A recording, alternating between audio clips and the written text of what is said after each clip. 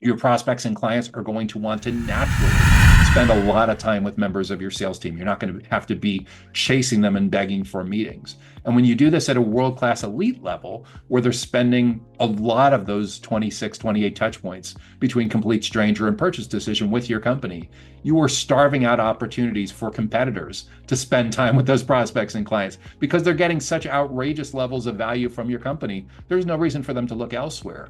This not only nearly guarantees that you stay on the short list, but in many cases, as they progress through their buyer's journey, you will have neutralized most of the competitive options on that short list to the point where sometimes they'll get all the way to the decision stage and there's no short list left. You're the last one on the short list and you win by default. That's the very definition of a beautiful thing. Hey, it's Joshua Feinberg from DCSMI, the Data Center Sales and Marketing Institute. And a little while back, we hosted a webinar called Data Center Lead Generation 301. Immediately following that webinar, we hosted a bonus Q&A question and answer session where I answered additional questions on data center lead generation. Let's listen in now to that Q&A session. We're going to switch over into our informal Q&A session, and I'll go back and forth between questions that were sent in ahead of time and questions that are in the chat pane. So if you have questions that you think you'd like to get the answer to that are directly related to what we shared, I'll try to address as many of those in the remaining time that we have available today. Start with one that was sent in ahead of time. What does it take to build a quality pipeline of consistent opportunities? What does it take to build a quality pipeline of consistent opportunities? The most important thing to keep in mind is quality is very subjective. And that's why it's so important to get really crisp about what quality means to your company. So what I encourage people to do is when they're first getting started with lead generation, look at where you've been most successful in the past. Look at your case studies, look at your logos, look at your reviews, your testimonials, look at your CRM system for your closed won deals. And of those, what are most strategic to where you want to take the company next? From there, you should be able to back in documenting a ideal client profile so you get really clear on geographically where these leads should be located, their company size. And I know in the data center industry, everyone likes to talk about kilowatts, megawatts, gigawatts, square footage, square meters. That's interesting, but when it comes to basic prospecting and lead generation, you probably want to normalize around number of employees. So in terms of number of employees, what client size is too small to afford your minimum level of engagements? That's going to be the bottom end of your range. And what company size is too big where it may not be a good fit for your company's current capabilities? If you're able to sell anything to everyone all the time, more power to you. But for most companies in the data center ecosystem, they usually come up with what's like a Goldilocks kind of context in your ICP. Not too big, not too hot, not too cold, not too big, not too small. So what's the bottom end range for number of employees that's an ideal client, and what's the upper end of the range? Is it 500 employees, 1,000 employees, 5,000 employees? I don't know, maybe you can sell to Fortune 50 companies, but for a lot of people that are with us on the webinar, it's probably a lot more realistic that it's going to be a mid-market play with large, small businesses, mid-market, and the smaller end of the range of enterprise. Again, only you can answer that based on your capabilities and business model. So your ICP should have a geographic component, company size, and then what industries or business models these ideal clients should actually be in. And usually this is relevant because a lot of kinds of businesses in the data center ecosystem operate at an intersection of geography and industry match. Why is this especially important? Because in a lot of geographic regions in certain industries, compliance requirements, certifications, accreditation needs come up. Like, for example, if you sell into financial services, if you sell to healthcare, if you sell to government, if you sell to education, depending on where you're located, there may be certain requirements that your company may be in great shape to deal with or may not be prepared to deal with at all. So that becomes especially relevant. So that's your ideal client profile. The second thing to look at is in a typical life cycle with your company, who are the stakeholders that matter most before, during, and after the purchase? That's going to help you prioritize who the primary buyer persona should be, the most influential economic stakeholder, who the second most important kind of economic stakeholder should be. And in some cases, there may be a third most important economic stakeholder that gets involved in certain kind of deals. There may sometimes be a negative buyer persona that you want to be aware of, that if a certain kind of person shows up, it's like the deal killer. They're there's no productive conversation to have with this kind of person in this particular role. So primary buyer persona, secondary buyer persona, and then from there, get really clear about what each of those stakeholders' biggest goals are, what their biggest challenges are, and think about how your company is going to show up in such a way that you're seen as the be all end all expert when it comes to anything and everything having to do with your category for that particular stakeholder in a certain geographic region, in a certain company size, in a certain industry. And the more specific you are about who that person is and what they're trying to achieve professionally and what's driving them nuts, the easier it is to come up with educational resources and educational events experiences that really resonate and earn you the ability to get in early and often with the right people in the right places at the right time and in the right context so that you're seen as teachers, consultants, subject matter experts, trusted advisors, and in some cases, even thought leaders. And when you do that, your prospects and clients are going to want to naturally spend a lot of time with members of your sales team. You're not going to have to be chasing them and begging for meetings. And when you do this at a world-class elite level, where they're spending a lot of those 26, 28 touch points between complete stranger and purchase decision with your company, you are starving out opportunities for competitors to spend time with those prospects and clients because they're getting such outrageous levels of value from your company. There's no reason for them to look elsewhere. This not only nearly guarantees that you stay on the short list, but in many cases, as they progress through their buyer's journey, you will have neutralized most of the competitive options on that short list to the point where sometimes they'll get all the way to the decision stage and there's no short list left. You're the last one on the short list and you win by default. That's the very definition of a beautiful thing, right? That's their price sensitivity out the window because they truly understand the incredible levels of value that you can provide at the intersection of your category, your expertise, and what they need most. Next question up has to do with brand recognition. How do we improve our brand recognition? How do we stand out from the competition?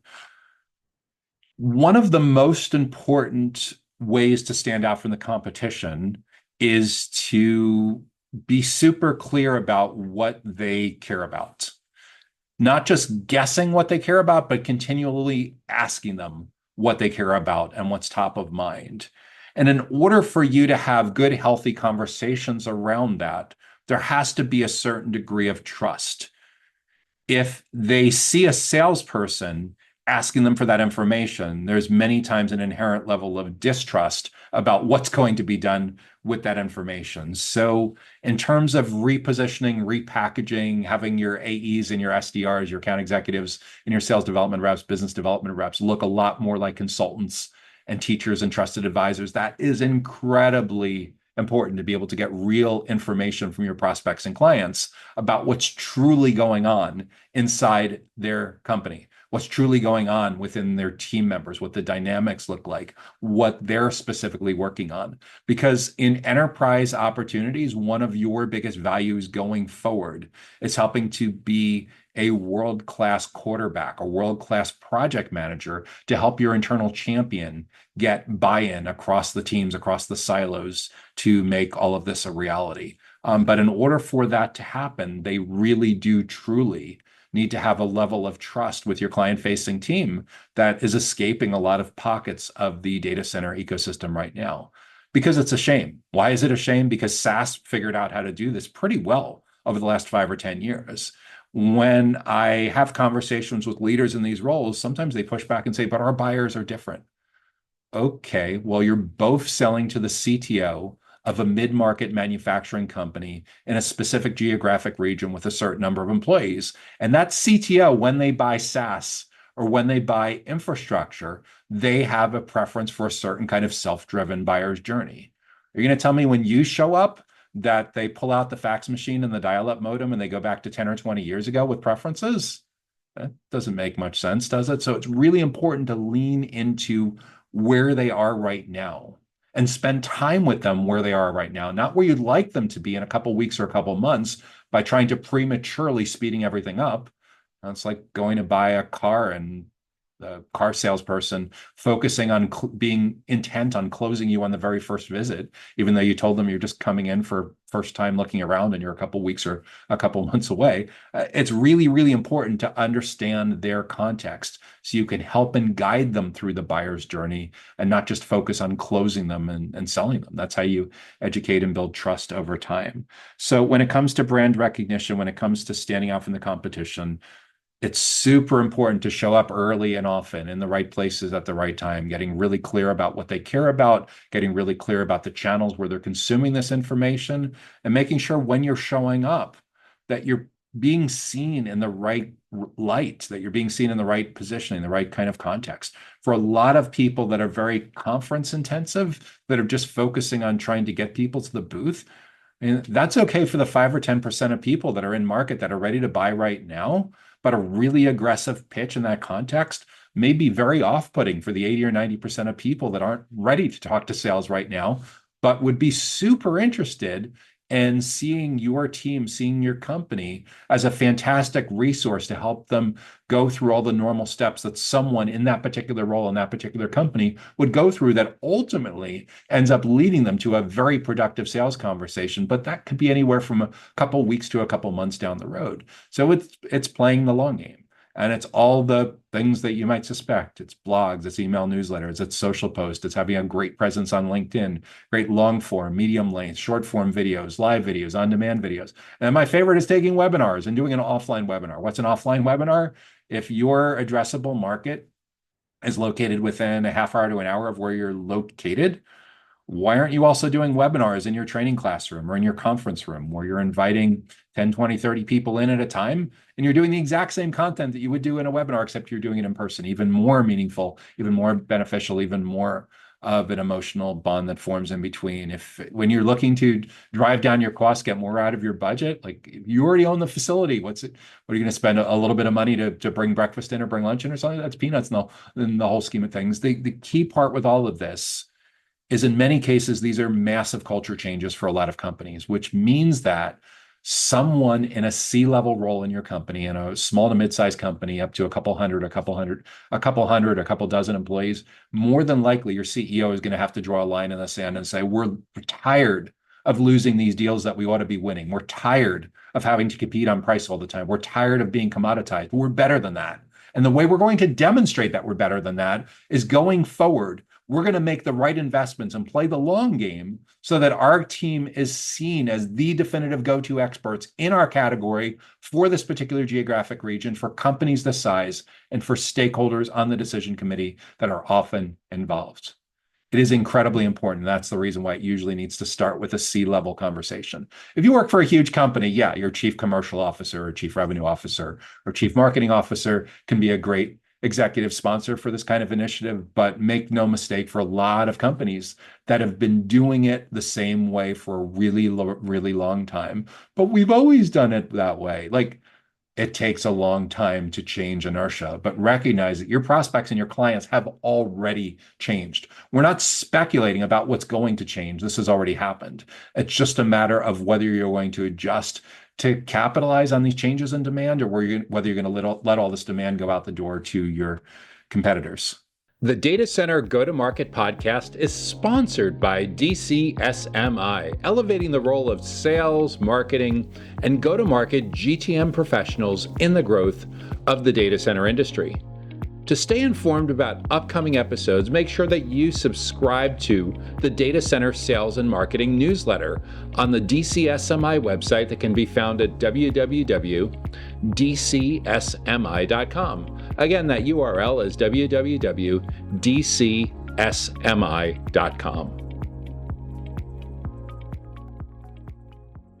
What tools do you recommend for account intelligence for sales reps, specifically selling to enterprise and public companies? I have two that I found to recommend, but I'm curious about what our recommendations are. My recommendation is before you start buying third-party tools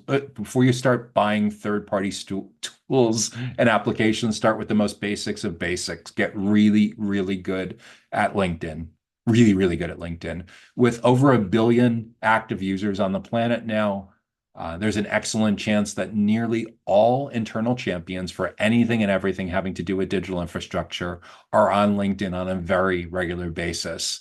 In many cases, throughout the go-to-market teams that we work with, they're on LinkedIn like nonstop. It's not like they're checking it once or twice or four times a day. They literally have LinkedIn open, just like they have email open and texting and Slack open on their phone, and it's just another message inbox. Depending on the nature of the personas that you sell to, it may be that they check it once or twice a day, but do your customer insight research before you start investing in complicated and expensive tools. I'd encourage you to make sure that you're covering the basics, that you have a fantastic LinkedIn company page and a fantastic lead generation website. So when they do their due diligence and they want to learn at their own pace, you're knocking it out of the park. I would make sure that all the members of your go-to-market team, your client-facing teams, are doing a great job on their personal profiles so they pass all the sniff test and due diligence that your prospects and clients are going to go with. And as a natural extension of the database, that's going to always be in sync with the LinkedIn member database. The natural extension of that is start with LinkedIn Sales Navigator. A little bit of cost there, but if you're selling to mid-market and enterprises, that pays back really, really quickly. I see so many companies that prematurely jump into complex expensive prospecting tools when they haven't mastered the most basic one that's in front of them right now, that's incredibly relevant to getting to their addressable market, their ideal client profile, and their prioritized buyer personas. And also be super careful to make sure that you're showing up in a way with these tools, whatever you use, so that your prospects and clients see your client-facing team members as consultants and teachers and not just someone that's nagging them to try to get a booked meeting. Does the data center industry prefer sales reps of the company selling to them, or do they prefer integrators selling to them? That's a great question. So does the data center industry prefer sales reps of the company, direct sales reps that are full-time salaried employees, salary plus commission employees of that particular company, or integrators? The real answer is it depends. What does it depend on? It depends on the nature of your business model, your products and services that you sell, and your target market. In many cases, for large companies, they decide that their direct reps are going to sell to the biggest of large deals, and their channel partners will work the more small to mid-sized deals. That's where you get into complex like deal registration systems and figuring out territories and avoiding channel conflict and all that good stuff. As far as your personas are concerned, their preferences, you're going to find that out when you do your buyer persona research. But in many cases, depending on the nature of what you're doing, they may already be, your target clients may be dealing with 5 or 10 channel partners already. And they're just used to that because depending on how large your company is, they may recognize that they want deep expertise in certain areas, and they're not just looking for generalists. That's a mid-market or an enterprise client.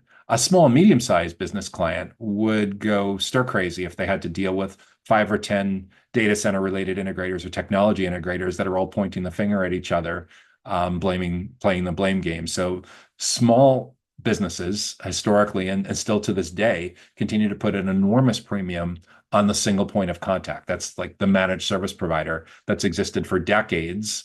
And the great parent of that, the computer consultant, the VAR, the value-added reseller, the network integrator, going back all the way to the 1980s. But the small and medium-sized business loves the managed service provider in the same way as their fractional CTO, the same way they, in many cases, have a fractional CFO relationship with an accounting firm and have a fractional CMO marketing kind of relationship with a marketing agency. They like the idea of being able to get access to a little bit of a lot of different expertise as opposed to just what with one particular person brings to the table. So all of this, the preferences on whether your end clients prefer a direct sales team or whether they prefer a channel partner like an integrator, really depends on their needs, how specialized they are, how big or small they are, the number of different locations, and who's on their internal team's capabilities versus where they need to fill in skills gaps with external third parties like integrators, consulting firms, and channel partners. And across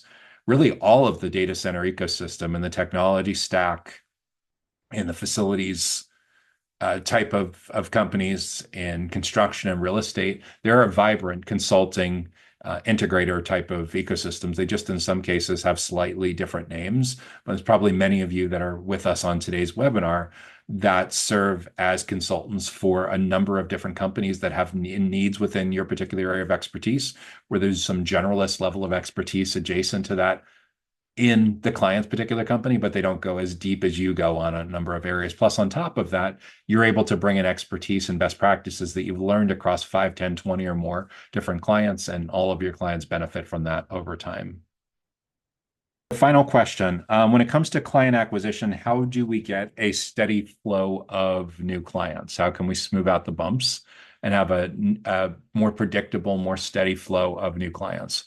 What it largely comes down to is getting super specific about who they are and what they care about.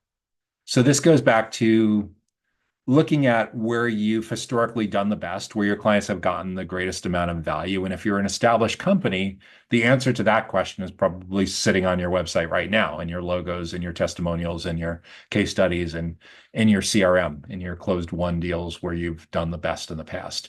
If you're a new company, a startup, then your goal is to try to accelerate the race to product market fit as quickly as possible by doing as many experiments as possible so that you know exactly the products and services they purchase at certain price points, in a certain duration, at a certain frequency, and have a certain degree of confidence in your unit economics. Things like average client value, recurring revenue, if you have a subscription-based business like colocation or something like that, or SaaS.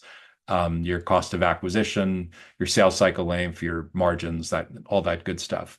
So as long as you're an established company, you probably long have product market fit. You probably also have go-to-market fit, where you know that as you inject more capital, as you hire more members onto your sales team and marketing team and account management team, channel partnerships team, you know that as you make these investments, that you have a certain expectation for runway and you have a certain payback period that you can typically count on.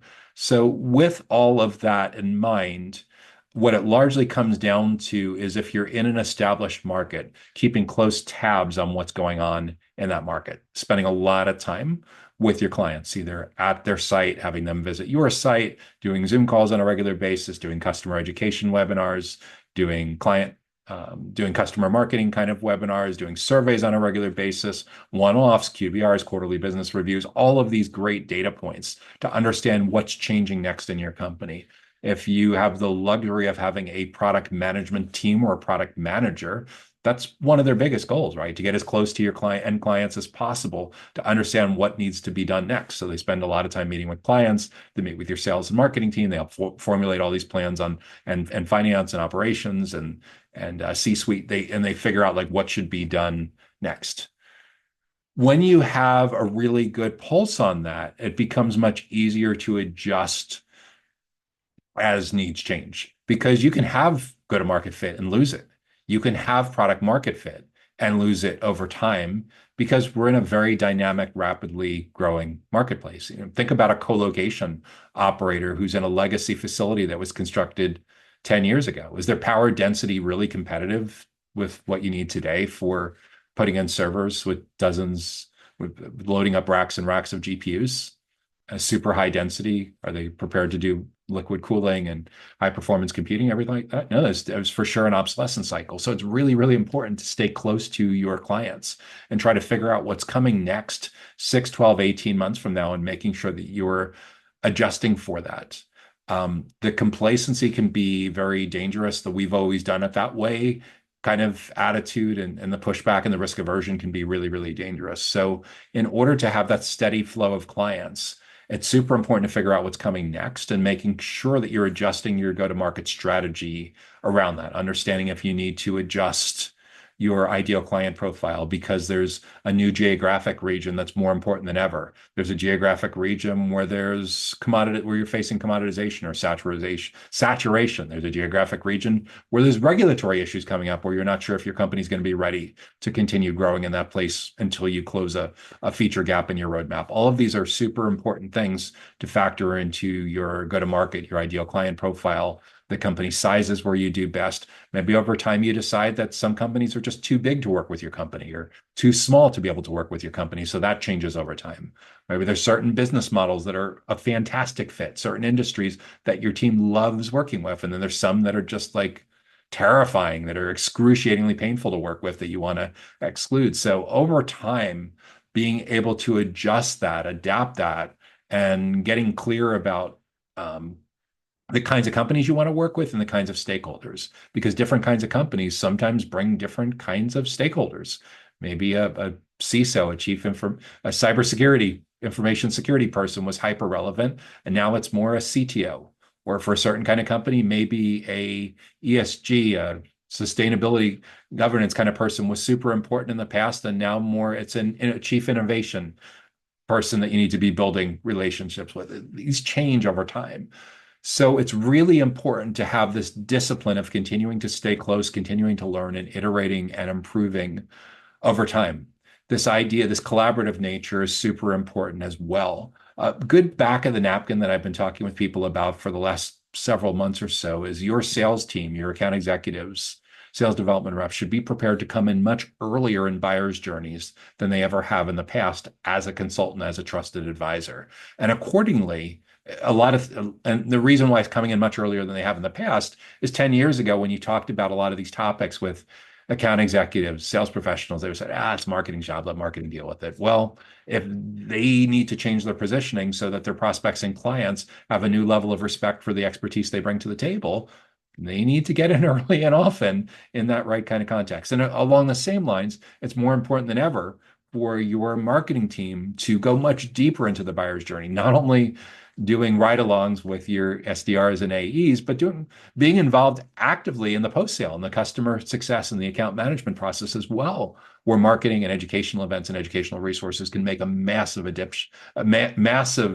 difference on adoption and initial value, intended value, extended value, expansion, client satisfaction, NPS, all that good stuff. So at the end of the day, a lot of being able to more successfully get a steady flow of clients is making sure that you're closer than ever to your intended clients, that you have this mindset of educating and building trust throughout your entire team, and that you have executive level buy-in that supports doing the hard things to make this a core part of what your company stands for going forward. We're really, really happy that you're paying attention to this issue going forward. We know lead generation is a really important part of your future opportunity generation, your new client acquisition, your sales growth, your revenue growth, and being able to capitalize on all the great stuff that's going on in data centers and digital infrastructure right now. It's not easy, but there's enormous, enormous upside to those companies that are able to get this right, that are able to show up for the right people in the right places at the right time, and most of all, in the right context. I wish you great success in growing your business going forward, and let us know how we can help. Take care now and enjoy the rest of your day. The Data Center Go-to-Market podcast is sponsored by DCSMI, elevating the role of sales, marketing, and go-to-market GTM professionals in the growth of the data center industry. To stay informed about upcoming episodes, make sure that you subscribe to the Data Center Sales and Marketing newsletter on the DCSMI website that can be found at www.dcsmi.com. Again, that URL is www.dcsmi.com.